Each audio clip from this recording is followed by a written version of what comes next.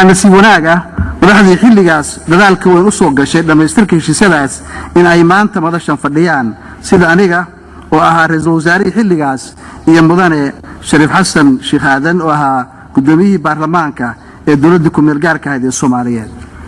taasoo raadraac fiican u noqon karta in ay doodeenna maanta ay yeelato saldhig sharciyeed aan maanta ka sii ambaqaadi karno sida qodobada ugu muhiimsanaa ee uu qirayay heshiiska gorowa 1 waxaa ku caddaa meesha la aadayo marxaladda maanta aan joogno waxaana qodobada tilmaamaya ka mid ahaa qodobka 2 farqadiisa 3 wuxuu si aan mugdi ku jirin u sheegayay in aan mar dambe awood qaybsiga lagu salayn karin hanaanka 4.5 anaga deena had waxyaalaha qaarkood ka jawaab ma rabin laakiin hadii magacayga la sheegay waxaan ku qasbanaa inaan ka jawaabo ma aha inaan qof dabagalayo laakiin hadii magac la sheegi lahayn anigu sideeda iska ahaan lahaa laakiin heshiiskaasna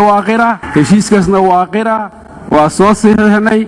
inay waxay ahayd la dhiso aqalka sare aqalkii sare waa la dhisi waayay sababta loo dhisi waayayna waxay ahayd sabab la isugu garaabay waxaana loo dhisi waayay maamul goboleedyada ma jirin marka anigu waxaan aaminsanahay garowan aan xadda taaganahay maantaan taaganahay garowan ani sidaan aaminsanahay waa marka garowan aan joognaa aan hore u soconno waxay aan qaban karnaa aan qabanno dadku mumasaliinta degmooyinka hadii hadda la tago waa is ognahay dad badan oo baarlamaanka ku jiro degmooyinkana degan aana waxna bir soo siin doonaa jiro sida haddaba ay waxyaalaha kala qaybsiga ay u heli waayeen marka Soomaaliya tuunka laga ilaaliyo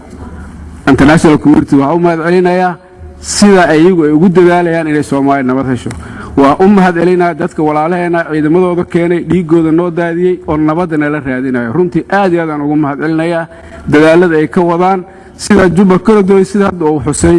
ambassadorka runtii aad aan ugu mahad celinaynaa anaga waa ku diirsanay waxaan rajaynaynaa in hore loo sii wado dadka dhiigooda noo daadinayna la geesi geliyo in ayaga ay ranta ayada lala qabto